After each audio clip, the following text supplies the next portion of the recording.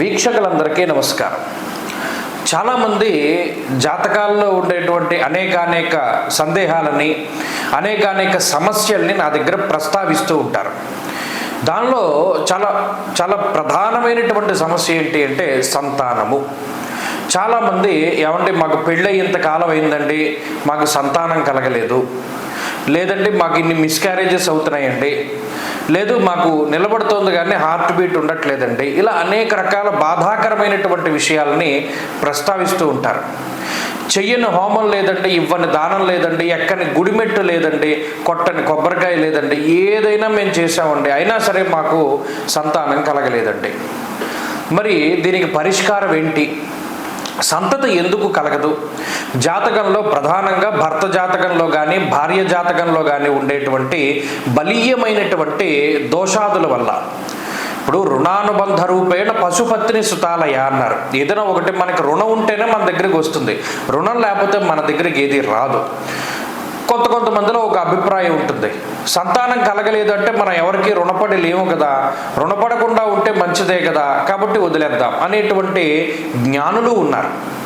కానీ అంత జ్ఞానం అందరికీ ఉండదు. సంతానం కోసమే ఎక్కువ మంది పాకులాడుతూ ఉంటారు. మరి అటువంటి వారు ఏం చేయాలి? అతి తక్కువ ఖర్చుతోటి, లేదు ఒక పర్ఫెక్ట్ దేవాలయం ఏదైనా ఉందా సంతానానికి అంటే చాలా సుబ్రహ్మణ్య క్షేత్రాలు ఉన్నాయి. మనం చెప్పుకోనటువంటివి కాదు, లేదా ఇతర ప్రవచనకారులు చెప్పనటువంటివి కాదు. ఎన్నో సుబ్రహ్మణ్య క్షేత్రాలు, ఎన్నో దేవాలయాలు అనేటువంటివి ప్రాచుర్యంలో ఉన్నాయి.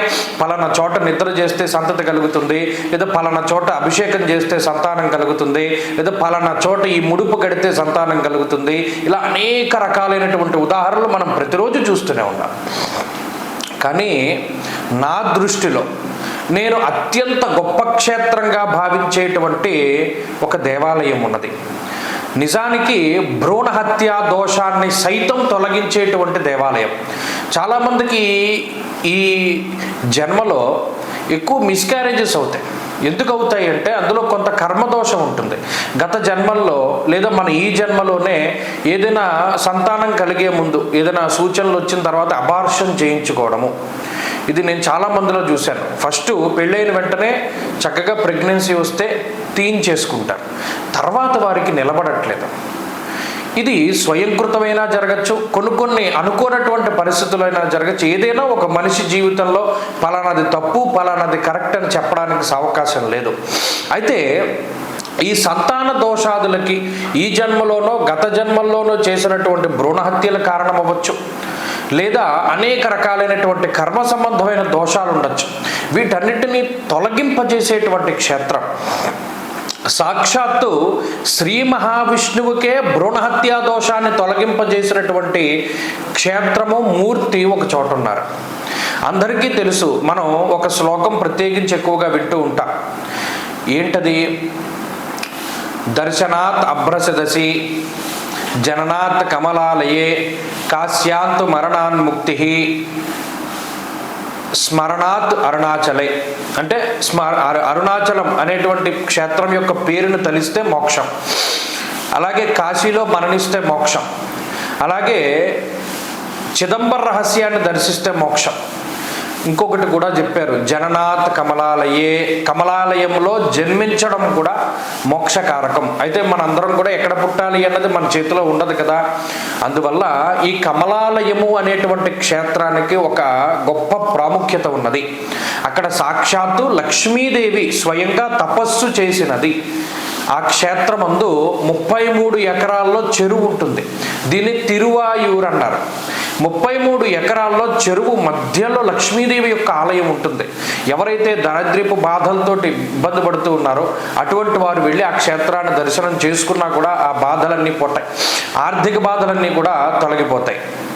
అలాగే ఎంతైతే చెరువు ఉన్నదో 33 ఎకరాల్లో, అంతే 33 ఎకరాల్లో ఒక మూర్తి ఉన్నారు అక్కడ.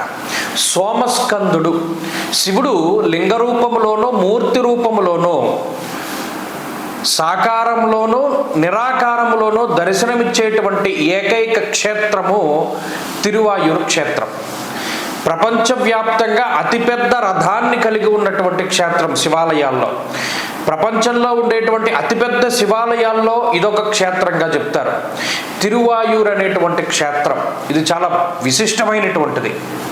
ఒకనాడు విష్ణుమూర్తి రాక్షసులను సంహరిస్తూ అందులో కొంతమంది రాక్షసులు ఉండిపోతే వాళ్ళు పరిగెట్టుకుంటూ శుక్రుడు మనకి నవగ్రహాల్లో ఉండేటువంటి శుక్రాచార్యులు ఇంట్లో దాక్కుంటారు. అక్కడ శుక్రుడి భార్య ఉంటే మీరు వెళ్ళి అగ్నిహోత్రంలో దాక్కోండి అంటుంది ఆవిడ.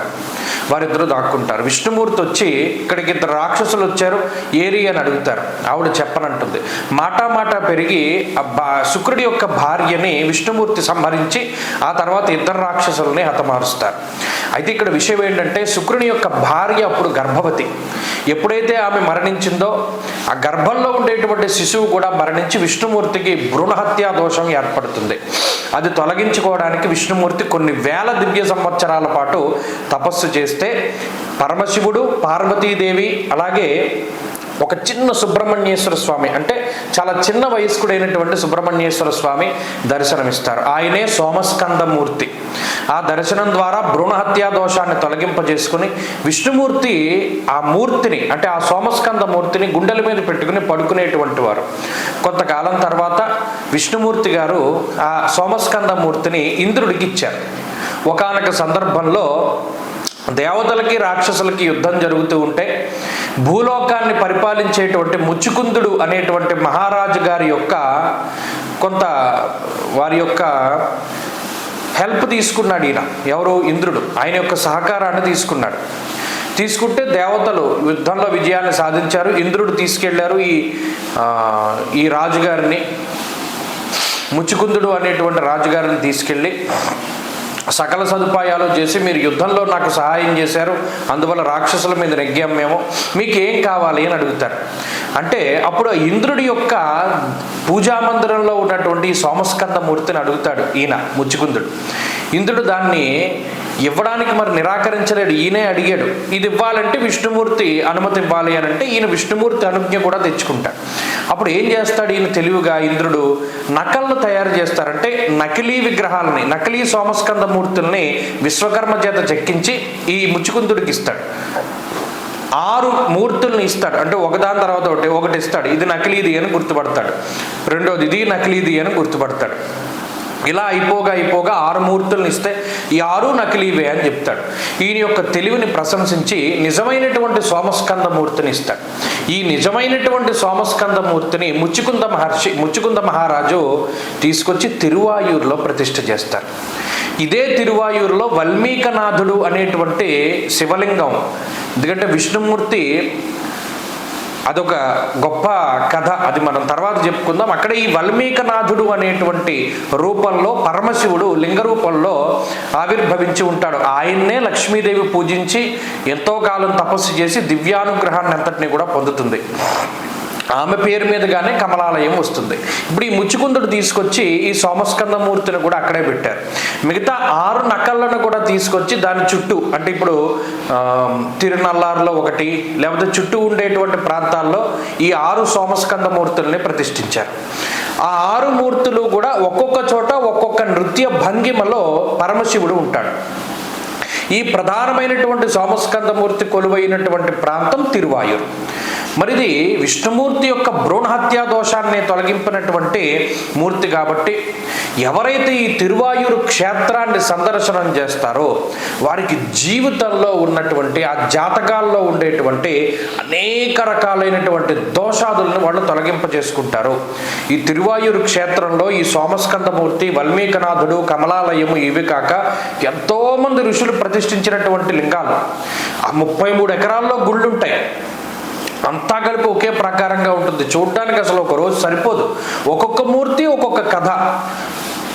అప్పర్, సుందర్, తర్వాత ఏమో మిగతా ఎవరైతే ఈ 63 నాయనార్లు ఉన్నారో అందులో ప్రధానమైనటువంటి వారందరూ వచ్చి అక్కడ చక్కటి స్తోత్రాన్ని పారాయణ చేశారు.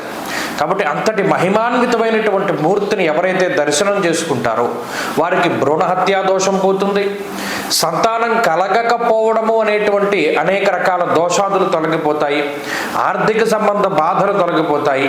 అలాగే ఈ తిరువాయూరు క్షేత్రంలో ఇప్పటికీ చాలామంది వచ్చి అక్కడ ప్రసవం చేసుకుని వెళుతున్నారు. ఎందుకు అక్కడ పుడితే మోక్షం వస్తుంది కాబట్టి. ఇంకా మన దేశం వాడు తక్కువ, విదేశాల నుండి వచ్చి అక్కడ హాస్పిటల్లో ఉండి అక్కడ బిడ్డల్ని కని వెళ్ళేటువంటి వారు కూడా ఉన్నట్టు కొన్ని చెప్తూ ఉంటారు. కాబట్టి ఈ క్షేత్రాన్ని సందర్శించడం ద్వారా ఈ భ్రూణ హత్యా దోషాదులను తొలగింపజేసుకుని, జాతకంలో ఉండేటువంటి దోషాదులను తొలగింపజేసుకుని మంచి ఫలితాలను పొందగలుగుతారు. స్వస్తి.